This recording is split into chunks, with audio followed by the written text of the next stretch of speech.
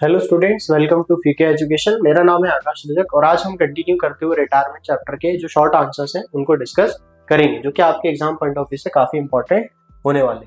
तो सबसे पहला हमारा क्वेश्चन है, what is the gaining ratio and how it is calculated, है ना। अब गेनिंग रेशियो क्या होता है, तो बड़ा इजी है कि यदि तीन पार्टनर है, ए है, बी है और सी है, तो सिंपल है, यदि वो किसी रेशियो में 3:2:1 में किसी प्रॉफिट को बांटते हैं, तो बाय चांस यदि उनने प्रॉफिट अर्न किया 60,000, इसका मतलब क्या है कि इसको मिलेगा 30, इसको मिलेगा 20 और इसको मिलेगा 10। मगर यदि ये हो जाए कि ये जो पार्टनर है ये चला जाए, है ना। अब यदि ये पार्टनर चला जाता है तो सिंपल है, अब जो प्रॉफिट होगा वो कौन बांटेगा, ए और बी।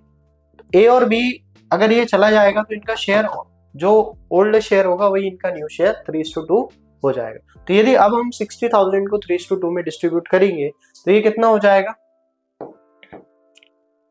36,000 एंड 24,000। तो इसका मतलब है पहले अगर उसको 30,000 मिल रहा था, अब कितना मिल रहा है 36, पहले 20 मिल रहा था, अब 20। तो कहीं ना कहीं इनने क्या करा, अपना शेयर गेन करा। तो इसी को हम क्या बोलते हैं, एक तरीके से गेनिंग शेयर या गेनिंग रेशियो। क्या रेशियो है, is the ratio in which the remaining partners acquire. अब इनने क्या करा, ये जो एक्वायर कर लिया, 10,000 रुपए एक्वायर कर लिया ए और बी ने, इसी को हम क्या बोलेंगे, गेनिंग रेशियो। तो उसका फॉर्मूला क्या होता है, न्यू रेशियो माइनस ओल्ड, क्योंकि हमेशा नया जो रेशियो होगा ज्यादा होगा कंपेयर टू ओल्ड रेशियो, तभी इसका मतलब होगा कि पार्टनर्स ने क्या करा, गेन करा। नेक्स्ट है, how is the retiring partners compensated for goodwill. अब जो रिटायर पार्टनर हो रहा है उसको गुडविल को हम कैसे कंपनसेट करें, तो the retiring partners is compensated by the continuing partners in their gaining ratio by crediting their capital account with the proportionate share of goodwill। तो यहाँ पे हमारी जो एंट्री हो जाएगी वो क्या हो जाएगी, gaining partners capital account debit to retiring partners capital account। किस रेशियो में, ये गेनिंग रेशियो में, और ये जो यहाँ पे सैक्रिफाइस करा हुआ, तो ये हमारा एडजस्टमेंट हो जाएगा काय का, गुडविल का, जब कंपनसेशन होगा। नेक्स्ट है, what happens to the retiring partner shares of accumulated profit and reserves.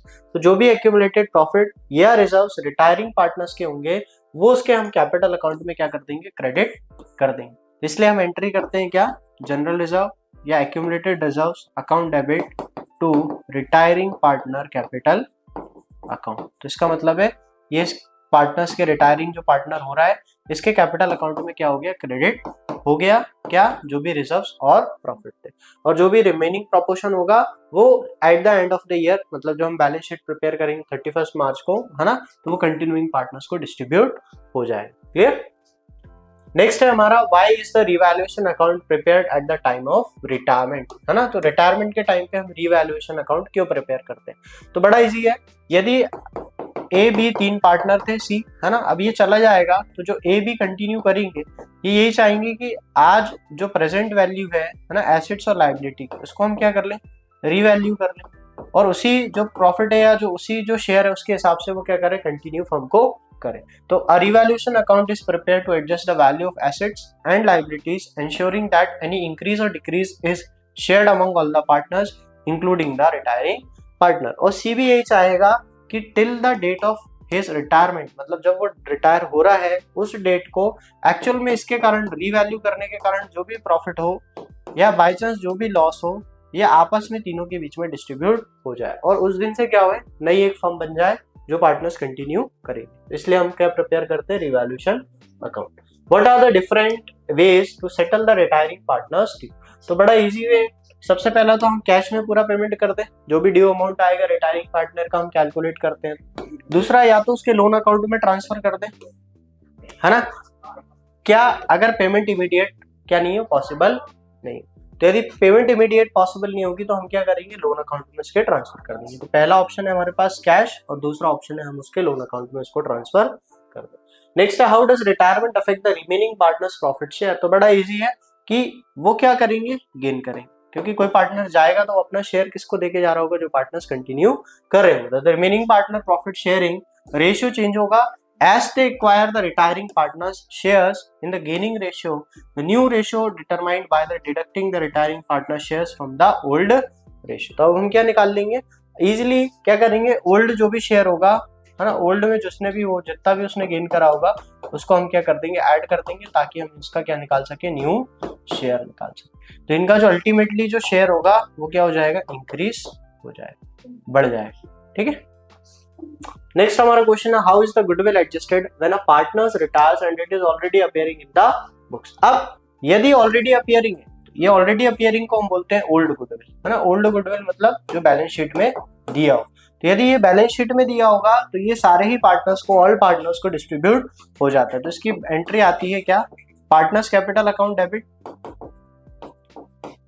To goodwill account. मतलब ये ए है, बी है, सी है, तीनों को ही, भले वो रिटायर हो रहा हो नहीं हो रहा हो, अगर एग्जिस्टिंग गुडविल होगा तो तीनों को ही डिस्ट्रीब्यूट हो जाएगा। किस रेशियो में डिस्ट्रीब्यूट होगा, ओल्ड रेशियो में distribute. Clear. Next, it is return of the among all the partners in their old profit sharing ratio before adjusting the retiring partners shares, है ना। तो जो भी एडजस्टमेंट होगा उससे पहले हम क्या करेंगे, इसको एडजस्ट कर देंगे। ठीक है। Now next is, why is a retiring partners loan account created. अब क्यों क्रिएट करोगे, सिंपल है, जब फर्म अनेबल टू पे, है ना, एट इंस्टेंटली, मतलब फर्म क्या है, अभी तुरंत के तुरंत उसको पे नहीं कर रहा है, या हो सकता है उसका कुछ पार्ट, जैसे बाय चांस 1 लाख रुपए उसको ड्यू आ रहा है, तो फर्म क्या करे, 20,000 उसको कैश में पे कर दे, और ये बोले कि जो 80,000 हम बचा है उसको 4 इंस्टॉलमेंट में 1-1 साल या 6-6 महीने में पे कर देंगे। तो ये कहाँ ट्रांसफर कर देगा, उसके लोन अकाउंट, और उसका कुछ इंटरेस्ट भी फर्म उसको प्रोवाइड करेगा, कुछ इंटरेस्ट भी उस लोन पे प्रोवाइड करेगा। तो retiring partners loan account is created when the firm is unable to pay the full amount immediately, है ना, इमीडिएटली नहीं दे पाए तो the loan is repaid in instalment with the interest, तो वो इंस्टॉलमेंट में पे करेगा, क्या, इंटरेस्ट के साथ। नेक्स्ट जो हमारा क्वेश्चन है, what general entries pass to the retiring partners amount is not paid immediately. तो सिंपल है, जो भी उसका पार्टनर्स कैपिटल होगा उसको हम क्या कर देंगे, डेबिट कर देंगे, और जो भी उसका लोन अकाउंट होगा उसको हम क्या कर देंगे, क्रेडिट कर देंगे। और ये जो लोन अकाउंट होगा इसको हम कहाँ शो करेंगे, liability side of balance sheet, liability side of balance sheet. Clear. Being the retiring partners due transfer to loan account. Next, what happens to the liabilities and assets of the firm when a partners retires, है ना। तो simple है, जो भी assets liabilities होंगी वो क्या होंगी, revalued होंगी जब पार्टनर्स क्या होगा, रिटायर होगा, और उससे यदि कोई प्रॉफिट और लॉस होता है हमें, तो हम उसको एडजस्ट कर देंगे, किसको, सारे ही पार्टनर्स को, किस रेशियो में, ओल्ड रेशियो में। तो ये हमने चार्ट बना के जब MCQ पढ़ा था तब हमने इसका पूरा फॉर्मेट बना के समझा था कि किस तरीके से हम रिवैल्यूएशन अकाउंट में कौन सी चीजों को नोट करते हैं। तो ये हमारे टोटल 10 शॉर्ट आंसर्स क्वेश्चंस थे जो कि आपके एग्जाम पॉइंट ऑफ व्यू से और आपके कॉन्सेप्ट के लिए काफी इंपॉर्टेंट है। तो यदि आपको वीडियो अच्छा लगा है तो वीडियो को लाइक करें, शेयर करें, और यदि चैनल पे नए हैं तो सब्सक्राइब करें, ताकि ऐसे ही और इन्फॉर्मेटिव नॉलेजेबल वीडियोस हम आपके लिए लाते रहें।